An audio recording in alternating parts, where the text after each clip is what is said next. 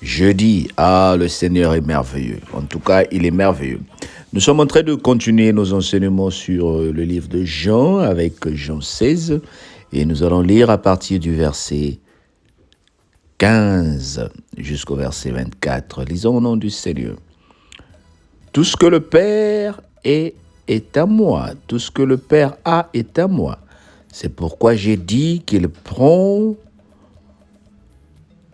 de ce qui est à moi et qu'il vous l'annoncera. Encore un peu de temps et vous ne me verrez plus. Et puis encore un peu de temps et vous me verrez, parce que je vais au Père. Là-dessus, quelques-uns des disciples dirent entre eux, « Que signifie ce qu'il nous dit? Encore un peu de temps, vous ne me verrez plus. Et puis encore un peu de temps, vous me verrez. Et parce que je vais au Père. » Il disait donc que signifie ce qu'il dit. Encore un peu de temps. Nous ne savons pas de quoi il parle. Jésus connu qu'il voulait l'interroger, il leur dit, « Vous vous questionnez les uns des autres sur ce que j'ai dit. Encore un peu de temps, vous ne me verrez plus. Et plus encore un peu de temps, vous me verrez. En vérité, je vous le dis. Vous pleurerez et vous vous lamenterez, et le monde se réjouira. Vous serez dans la tristesse, mais votre tristesse se changera en joie. La femme, lorsqu'elle enfante, éprouve de la tristesse parce que son heure est venue. Mais lorsqu'elle a donné le jour à l'enfant, elle ne se souvient plus de la souffrance à cause de la joie qu'elle a de ce qu'un homme est né dans le monde. Vous aussi, vous êtes maintenant dans la tristesse, mais je vous reverrai, et votre cœur se réjouira, et nul ne vous ravira votre joie. En ce jour-là, vous m'interrogerez plus sur rien. En vérité, je vous le dis, ce que vous demanderez au Père, il vous le donnera en mon nom. Jusqu'à présent, vous n'avez rien demandé en mon nom. Demandez et vous recevrez afin que votre joie soit parfaite. On va continuer le verset 25 pour finir ce chapitre. Je vous dis ces choses en parabole. L'heure vient où je ne vous parlerai plus en parabole, mais je vous parlerai ouvertement du Père. En ce jour-là, vous demanderez en mon nom et je vous dis parce que je prierai le Père pour vous. Car le Père lui-même vous aime parce que vous m'avez aimé et que vous avez cru que je suis sorti de Dieu. Je suis sorti du Père et je suis venu dans le monde maintenant. Maintenant, je quitte le monde et je vais au Père. Ses disciples lui dirent, « Voici maintenant tu parles ouvertement et tu n'emploies aucune parabole. Maintenant, nous savons que tu sais toutes choses et que tu n'as pas besoin que personne t'interroge. C'est pourquoi nous croyons que tu es sorti de Dieu. » Jésus leur répondit, « Vous croyez maintenant. Voici l'heure vient et elle est déjà venue, où vous serez dispersés chacun de son côté et vous me laisserez seul, parce que je ne suis pas seul, car le Père est avec moi. Je vous ai dit ces choses afin que vous ayez la paix en moi. Vous aurez des tribulations dans le monde, mais prenez courage, j'ai vaincu le monde. » Amen.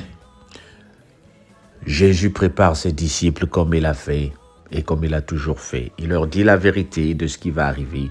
Il leur prépare parce qu'il sait que le moment est arrivé où il doit partir. Oh bien-aimés, c'est ce que nous vivons dans la foi, c'est ce que nous vivons. Jésus ici est en train de dire aux disciples, « Je m'en vais au Père. Il est avantageux que je parte au Père. » Il leur dit, « Encore un peu de temps, vous me voyez. Encore un peu de temps, vous ne me verrez plus.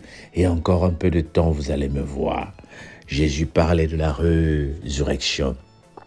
Il donne un bon exemple ici. Lorsqu'une femme est prête à enfanter, elle est angoissée. Est-ce que je vais bien? Est-ce que ça va aller? Est-ce que la douleur de l'enfantement? Mais lorsque l'enfant est né, la femme oublie juste tout de suite l'enfantement. La douleur de l'enfantement, parce que la joie qu'apporte l'enfant. Oh, c'est la même chose qui se passe dans nos vies lorsque nous sommes appelés à aller vers les tribunaux. Lorsque nous attendons quelque chose avec impatience, La douleur, l'angoisse est là. Est-ce que je vais guérir? Est-ce que ce corps-là sera encore comme il était avant? Est-ce que cette situation-là trouvera une solution? Oh, c'est la douleur de l'enfantement, l'angoisse qui est en train de te prendre parce que le Seigneur est en train de dire encore un peu de temps, tu ne me verras plus. Mais quand il parle aux disciples, il est en train de dire, après vous allez me revoir. Bien-aimé, je viens t'annoncer cette parole pour te dire, les disciples ont eu cette période d'angoisse. Mais toi et moi, nous vivons dans la période où le Seigneur est parmi nous. Il est constamment parmi toi. Il est constamment parmi nous, pardon. Il est constamment avec toi. Il dit, je m'en vais et je vous enverrai l'Esprit. Vous n'avez rien demandé encore, mais tout ce que vous allez demander en mon nom, il vous sera accordé. Oh bien-aimé, est-ce que je parle à une personne? Je viens te parler ce matin pour te dire que Dieu dit, demandez. Tu n'as pas encore demandé. Mais tu vas me dire, mais papa Alain, mais j'ai demandé trop de choses, je n'ai rien eu. Le Seigneur dit, tu n'as rien demandé encore. Parce que tout ce que tu as demandé, c'est pour satisfaire ton corps. Mais alors le Seigneur veut que tu demandes plus. Dis, Seigneur, je veux voir ta gloire. Je demande à vivre ta gloire. C'est-à-dire, quand la gloire de Dieu descend dans ta vie, il fera des choses extraordinaires qui vont différencier ce que tu es avec le monde. Parce que si tu as une voiture, si tu demandes que le Seigneur te donne une voiture, mais les païens aussi achètent des voitures. Si tu demandes que le Seigneur te donne des enfants, mais les païens aussi trouvent des enfants. Pardon. Tout ce que tu demandes au Seigneur, que tu penses être extraordinaire, les païens aussi l'obtiennent. Voilà pourquoi le Seigneur dit, vous n'avez pas encore demandé. Ce n'est pas seulement le matériel. Le Seigneur veut que toi, tu vives la gloire. C'est-à-dire quand tu mets le pied quelque part, quand tu descends la pointe de pied quelque part, que les gens sentent qu'il y a une fille de l'Éternel qui est là. Le Seigneur veut que toi, tu commences à être mis ou mise de côté dans ton travail, dans ta famille, dans ton entreprise, que les gens remarquent qu'il y a quelqu'un de spécial qui est ici. La main de Dieu est sur tout ce que tu fais.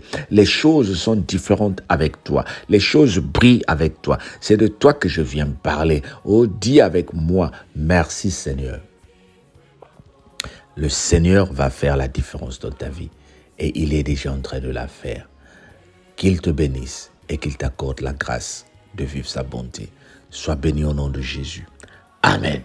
Écoutez, passez un bon week-end. Passe une bonne journée et que le Seigneur te bénisse. Partage la vidéo. Demande à quelqu'un de s'abonner pour qu'elle reçoive aussi la vidéo. Au nom de Jésus. Amen.